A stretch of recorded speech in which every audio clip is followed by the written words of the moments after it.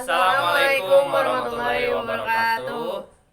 Perkenalkan kami dari kelompok B2B. Di video yang kedua ini kita akan melanjutkan pembahasan kita tentang perencanaan drainase perkotaan.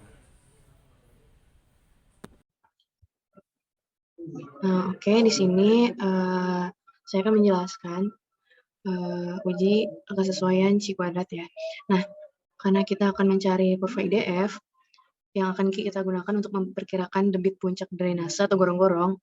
Nah, proses untuk menentukan kurva IDF ini diperlukan beberapa tahapan.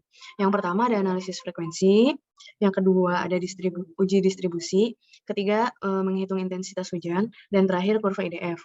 Nah, analisis frekuensi ini menggunakan metode Gamble. Nah, adapun data-datanya sebagai berikut yang harus kita temukan.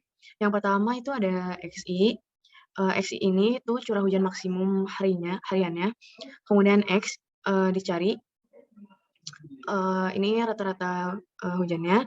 Kemudian selisih antara hujan maksimum dengan rata-rata atau XI dikurangi X.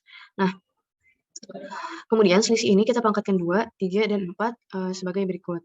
Nah, kemudian kita lanjutkan dengan menghitung standar deviasi CV, CK, dan CS. Nah, S ini selisih pangkat 2 dibagi dengan jumlah datanya, dikurangi 1 dipangkatkan 0,5. Kemudian, mencari data curah hujan rencana XT.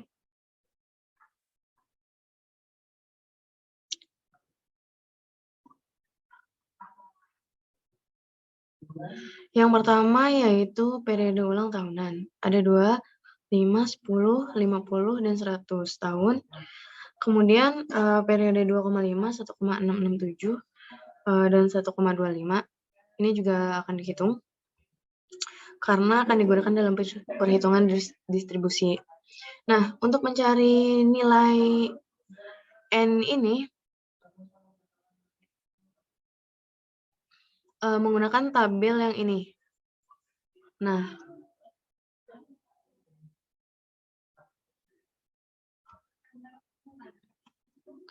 karena jumlah datanya 10, maka kita gunakan 0,495. Nah, lalu untuk mencari nilai YT, ini dengan tabel nilai variabel reduksi Gamble.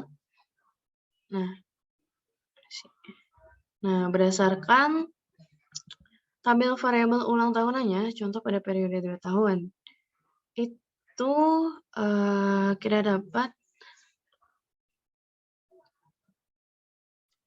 YT-nya itu sebesar 0,366. Untuk nilai K ini merupakan pengurangan dari nilai YT dikurangi YN dibagi SN. Yang ini.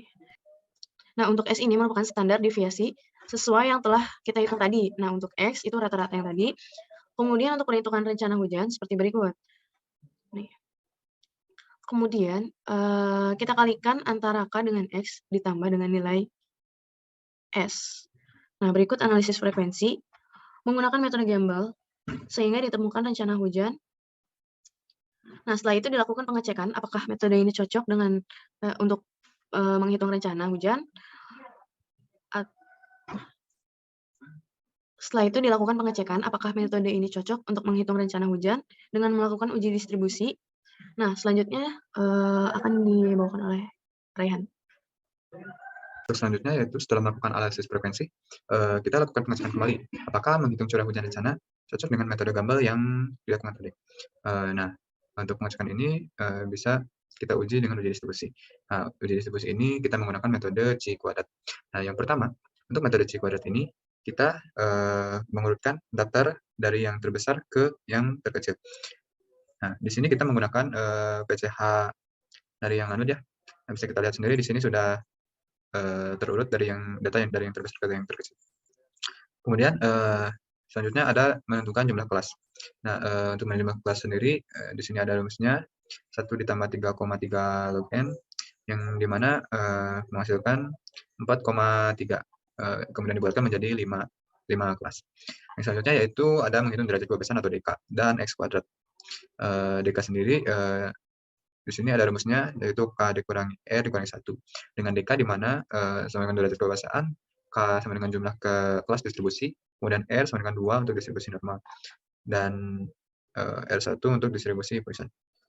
Nah, di sini maka didapatkan DK sama dengan 2. Nah, dengan derajat kepercayaan 95% diterima, maka didapat X kuadrat 5,991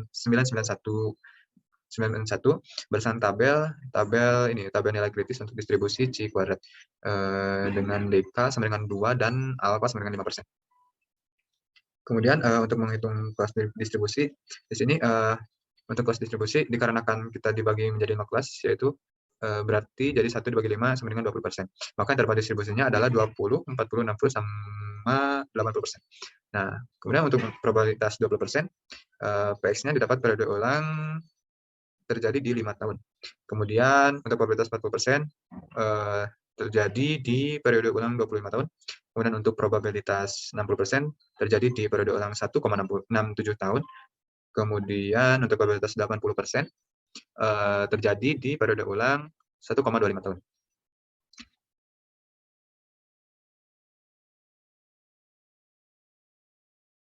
Ya, baik, untuk selanjutnya kita menghitung interval kelas. Nah, di mana di sini ada data. Nah, ada PU. PU ini jadi dia adalah data yang didapat dari ini nih, perhitungan ini. Jadi ada interval dari 5 tahun, 2,5 tahun, 1,67, dan 1,25 tahun.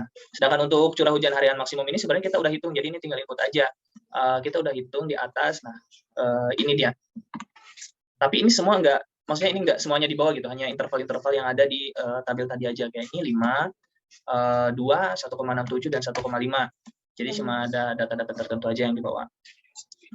Selanjutnya, nah di sini juga udah disajikan data curah hujan maksimum dari stasiun Lanud. Nah, ini datanya sudah diurutkan dari yang terbesar sampai dengan yang terkecil.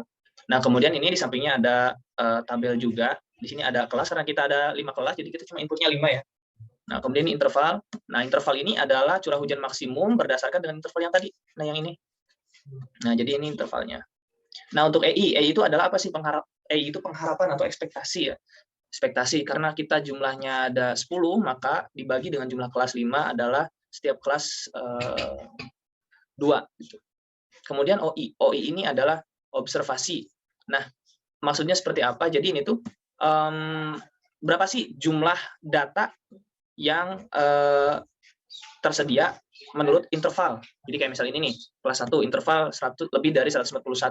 Berapa jumlah data yang ada di data ini, curah hujan yang ini, Lanud. Nah, untuk kelas 1 ini kan ada yang lebih dari 141, itu kan ada 1 ya, 150.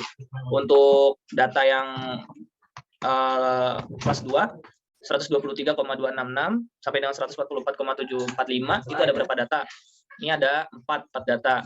Kita hitung 1, 2, 3, 4, berarti udah sesuai ya. Ya, berikut dan seterusnya gitu, sampai jumlahnya ada 10 data.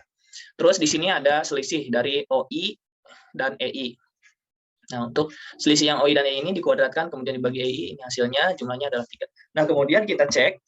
Nah, jadi syaratnya itu adalah X kuadrat atau X max harus lebih kecil daripada X kuadrat atau X max dari kritis ya, nilai kritis. Di sini X kuadratnya udah didapat tadi ya 3, dan X kuadrat kritisnya itu sudah didapat dari tabel yang ini. Nah, yang ini. Maka langsung saja kita lihat datanya, dan ini 3 lebih kecil daripada 5,9, berarti ini udah sesuai, artinya distribusi ini dapat diterima. Nah, kemudian selanjutnya kita menghitung intensitas hujan. Nah, di sini apabila data hujan jangka pendek tidak tersedia, yang ada hanya data hujan harian, maka intensitas dapat dihitung dengan rumus Mononob. Nah, ini dia rumus Mononob. Di mana I itu adalah intensitas hujan dengan satuan mm per jam, kemudian T adalah lamanya hujan dengan jam, dan R 24 sama dengan curah hujan maksimum harian dalam milimeter. Nah, ini ada tabel lagi. Nah, kita gunakan tabel untuk mempermudah perhitungan ya, penghitungan. Nah, di sini ada interval 2 tahun, 5 tahun, 4, 10 tahun, 25 tahun, 50 tahun, dan 100 tahun. Kemudian di sini ada curah hujan maksimumnya. Ini yang biru. Dan ini adalah lamanya hujan dalam jam, sampai dengan 10 jam. Nah, sedangkan ini adalah jumlah perhitungan atau hasil perhitungan dari ini nih, rumus Mononob. Nah, seperti itu. Nanti hasilnya kita tuangkan dalam bentuk grafik seperti itu.